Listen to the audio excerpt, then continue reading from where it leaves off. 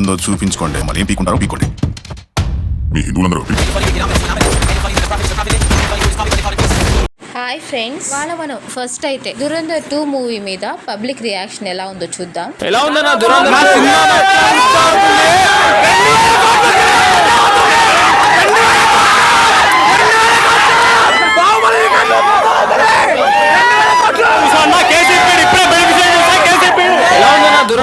Super super super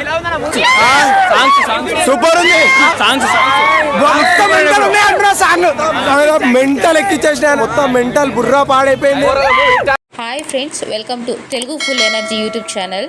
అయితే ఇలాంటి మరిన్ని వీడియోస్ కోసం మన ఛానల్ని సబ్స్క్రైబ్ చేసి పెట్టుకోండి. ఫస్ట్ పార్ట్ సూపర్గా హిట్ అయ్యాక సెకండ్ పార్ట్ ఎక్స్పెక్టేషన్స్ స్కై లెవెల్లో ఉన్నాయి.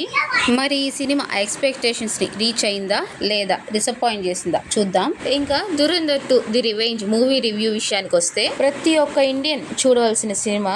ఎంతో మంది ఇండియన్ రా ఆఫీసర్స్ వాళ్ళ జీవితాలను సాక్రిఫైస్ చేశారు కాబట్టి ఇవాళ మనం ఇంత హ్యాపీగా ఉన్నాం. దురంధర్ పార్ట్ 1 3 hours 34 minutes ఉంటే 3 hours 55 minutes అయితే ఎక్స్టెండ్ చేశారు. మూవీ ఎంతసేపు ఉన్నా కూడా మీకు ఎక్కడా కూడా ఒక్క నిమిషం కాదు కదా, ఒక్క సెకండ్ కూడా బోర్ కొట్టదు. స్టోరీ సింపుల్గా చెప్పాలంటే, ఇది ఒక హై లెవెల్ స్పై మిషన్ గురించి కంట్రీ కోసం ఫైట్ చేసే ఒక ఆఫీసర్ లైఫ్లో జరిగే మాధవన్ ఎంట్రీ ఇచ్చేటప్పుడు ఒక 10 నిమిషాల షాట్ సూపర్గా ఉంటుంది. ట్విస్ట్ యాక్షన్తో ఫిల్డ్గా ఉంటుంది. వీడియోలో చెప్తే స్పాయిలర్ అవుతుంది, స్కిప్ చేస్తున్నాను. ఒక మంచి ఆర్మీ ఆఫీసర్ అవ్వాలనుకున్న మన హీరో తన ఫ్యామిలీలో జరిగిన కొన్ని సంఘటనల వల్ల పాకిస్తాన్కి స్పైగా ఎలా వెళ్ళాడు అనే స్టోరీ అంతా పార్ట్ 2లో కవర్ అవుతుంది. మూవీ మొత్తం ట్విస్ట్ల మీద ట్విస్ట్లు.